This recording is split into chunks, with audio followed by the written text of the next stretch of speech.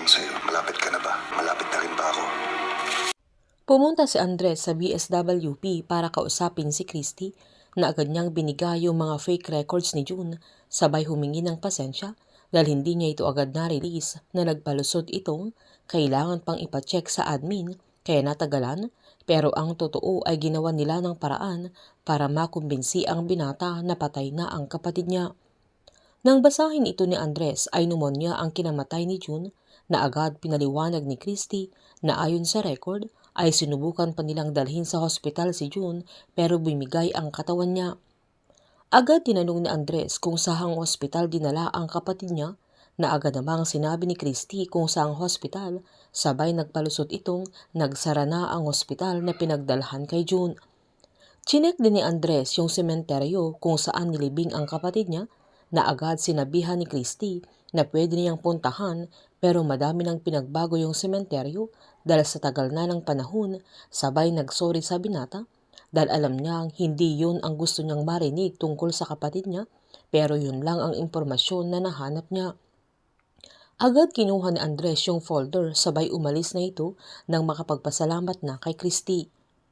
Pagdating naman ni Tomas sa bago nilang tinitirhan ay sinabihan ng ninong niya na buti na lang lumipat na sila dahil mahihirapang hanapin ang binata na agad namang nilinaw ni Tomas na hindi naman siya wanted at walang naghahanap sa kanya. Sinumbat naman ng ninong niya na wala pa pero yung pinapasok niya ay parang may mga kalaban siya, sabay palo sa balikat ng binata na may sugat at tinanong niya kung papaano niya yun nakuha. Kaya agad nagpalusot ang binata na napasabak lang ito pero hindi kumbinsido ang ninong niya, sabay pinaamin niya kung sinong gumawa nun sa kanya. Sabay sinaad niyang halatang nabugbog si Tomas at palaging may maraming pera kaya tinanong niya kung pumasok ito sa isang sindikado kaya umalma naman ang binata na agad sinabihan ng ninong niya na kung hindi sa sindikato ay hitman na agad namang nag-oo si Tomas pero hindi pa rin naniniwala ang ninong niya na agad niyang sinabihan na alam niya ang kalakaran sa mga ganun at wala siyang balak na pigilan siya pero kailangan niyang siguraduhin na hindi siya mamamatay.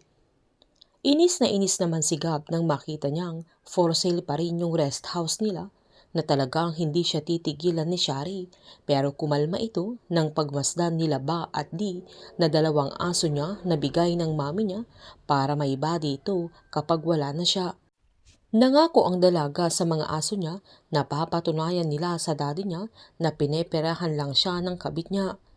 Naalala naman ni Gab si Miguel kaya agad niya itong kinumusta lalo't hindi nila nakasama sa mission nila sa Japan. Kinagabihan ay nakipagkita naman si Andres kay Miguel kung saan nag-usap sila ng masinsinan sa kanilang pinagdadaanan sa buhay na mas naging close na sila dahil pareho silang lumalaban para sa kanilang pamilya. Hindi pa rin naniniwala si Andres na patay na ang kapatid niya kaya hindi pa rin ito tumitigil. Nanindigan naman si Miguel na gagawin niya ang lahat para maprotektahan ang kanyang mag-ina na maski buhay niya ang kapalit niya.